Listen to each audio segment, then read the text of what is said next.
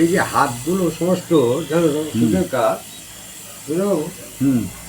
তুমি একটু match ফিল্টারি match এই যে নাকগুলো সব শীতল হয়ে যাচ্ছে বুঝতে পেরেছো। এই নাকগুলোর এই যে হাতের আঙুলগুলো সব ঠান্ডা, পায়ে মজা পড়বে, হাতে মজা পড়বে, হ্যাঁ, আর আঙুলগুলো সমস্ত কাজ করছে না, আর এত ঠান্ডা, ঠান্ডার জন্য কাজ হচ্ছে না। একটু সকালবেলা মর্নিং করবেন আর ব্যায়াম করবে।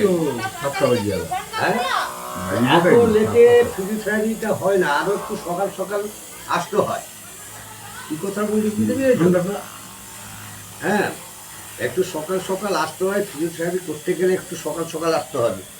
হ্যাঁ, তোমারও তো দেরি যায় না?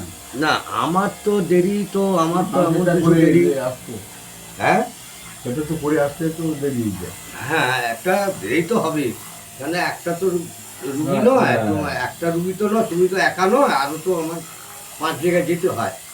তা সেই এরকম সেই রুগীও একটু পায়খানি টাকা করে যাচ্ছা যাই ব্যাপার বুঝতে পারছো।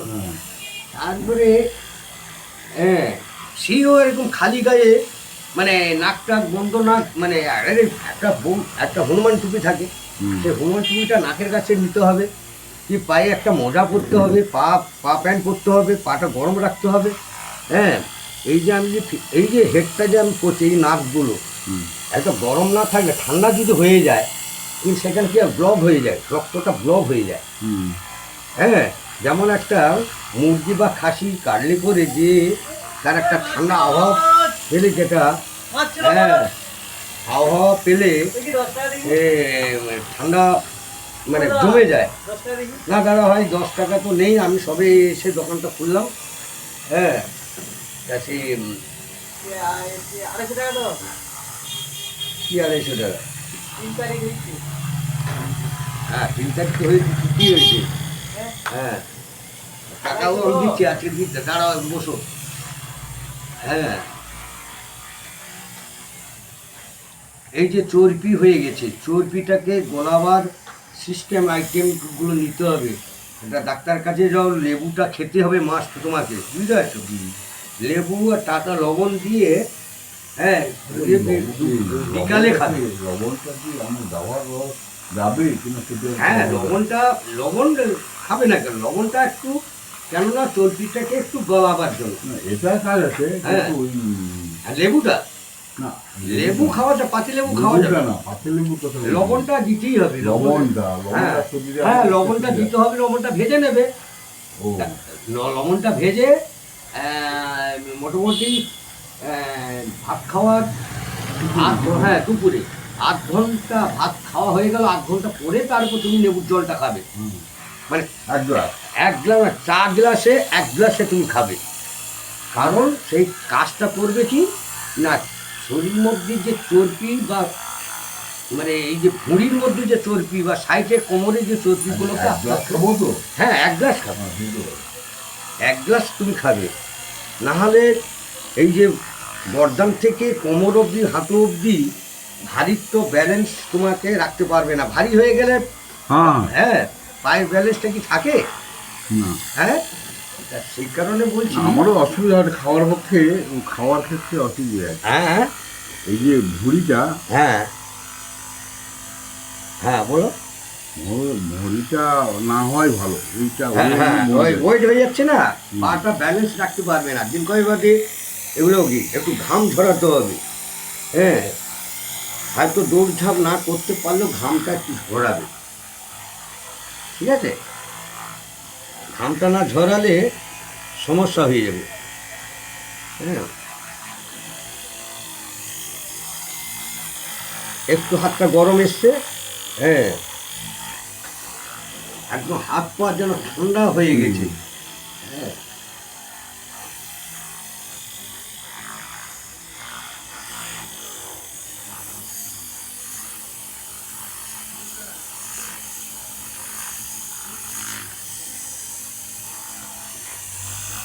এই যে আমি ফিজিক্স স্টাডিটা যে করছি, একটা কোথায় এগুলো তো করেই যেতেই হবে বাবা, বুঝতে পেরেছো? এই যে হাঁটুর চকি, মানে তার মানে বলা হয় আমাদের তার আগে বলা হয় যে যে একটা বাটি, এ একটা বাটি, একটা বাটির মতো একটা আছে, কিন্তু এগুলোর মধ্যে যদি চর্বি জমা হয়ে যায় তুমি নড়াচড়া করতে পারবে না। এর জন্য এক্সারসাইজ ব্যায়াম করতে হয়, বা ব্যায়ামটা আমি তোমাকে শিখিয়েছি, দেখিয়েছি। তো সেগুলো তো বাড়িতে করবে না, বাড়িতে করো না মনে হচ্ছে। হ্যাঁ, একটা করো, হ্যাঁ বাড়িতে করবে। হ্যাঁ, দেখবে একটু মানুষ, সবাই চায় যে মানুষ একটু সুস্থ থাকুক, সুস্থ হোক। সব পরামর্শ সব নিয়ে এই চিন্তা ভাবনা করতে যে হচ্ছে যাবো না পয়সা নেই। হ্যাঁ, কী হবে, নিজের এটাকে নিজেকে হারিয়ে ফেলতো, ভারসাম্যটা হারিয়ে ফেলা হয়, বুঝতে পারছো? এইসব ঘুড়ি নিয়ে তো চললে হবে না। হ্যাঁ, ঘুড়িটাকে কমাতে হবে, কারণ কি আর দিন কয়েক পাটা অবশ হয়ে যাবে, আর কেন্দ্র রাখতে পারবে না পাটা। হ্যাঁ, ওটা ব্যালেন্স হারিয়ে যাবে পরের দিকে। তা সেটা পরিকল্পনা, সেটা আমার কাছে ফিল্ড নিতে হবে, প্লাস হচ্ছে হ্যাঁ ঘুড়িটা কমাতে হবে। হ্যাঁ, আর শুনে গেলে তো হবে না, এটা করতে হবে। হ্যাঁ, লবণটা কত বলি, লবণটা এক চামচ, মানে হ্যাঁ লবণ যেমন দুটো লেবু নেবে, হ্যাঁ, আর পাতি লেবু, আর এক চামচ চাটা লবণ ভেজে ওর মধ্যে ফেলে সুন্দরভাবে খেয়ে নেবে। হ্যাঁ, আরামও লাগবে। একটা সপ্তাহ খাও না, দেখবে সব চুপসে যাবে, চামড়া টামড়া। আমার তো যৌবন ফেরাবার কোনো মানসিকতা নয়, আমার সুস্থ হওয়ার মানসিকতা। হ্যাঁ, আর যারা একটু শরীর ফ্যাট রাখার জন্য কি রোগস্ত মানুষ, চামড়া কুচকে গেছে, তাদের তো খাওয়াতে হবে কাজু বাদাম, পেস্তা বাদাম, হ্যাঁ, একটু সবজি, হ্যাঁ, মানে তাদের শরীরটাকে ফিট রাখার জন্য একটু খাজুর দুধ দিয়ে খায়, যাদের শরীর কমজোরি। হ্যাঁ, সব কিছু বিষয়বস্তুগুলো নিয়ম শৃঙ্খলা আছে, সেগুলো যে যেমন রোগীকে সেইভাবে হ্যাঁ সেভ করতে হয়, বলতে হয়। হ্যাঁ, তবে একটা কথা কি, আমি যেগুলো করছি সেটা কিন্তু করবি, বা আমি যেগুলো ব্যায়ামগুলো দেখিয়ে দিই সেগুলো করবে। হ্যাঁ, কী হবে জীবনে এই রকম ইতিহাস, এও পরিহাস চলতে হবে। হ্যাঁ, এই যে গালটা যে কথাটা কল মাটিয়ে কথাটা বলছিলে, অনেকটা সেফটির জায়গায় এসে গেছে, বুঝলে, কেননা এটা ফিজিওথেরাপি করছি।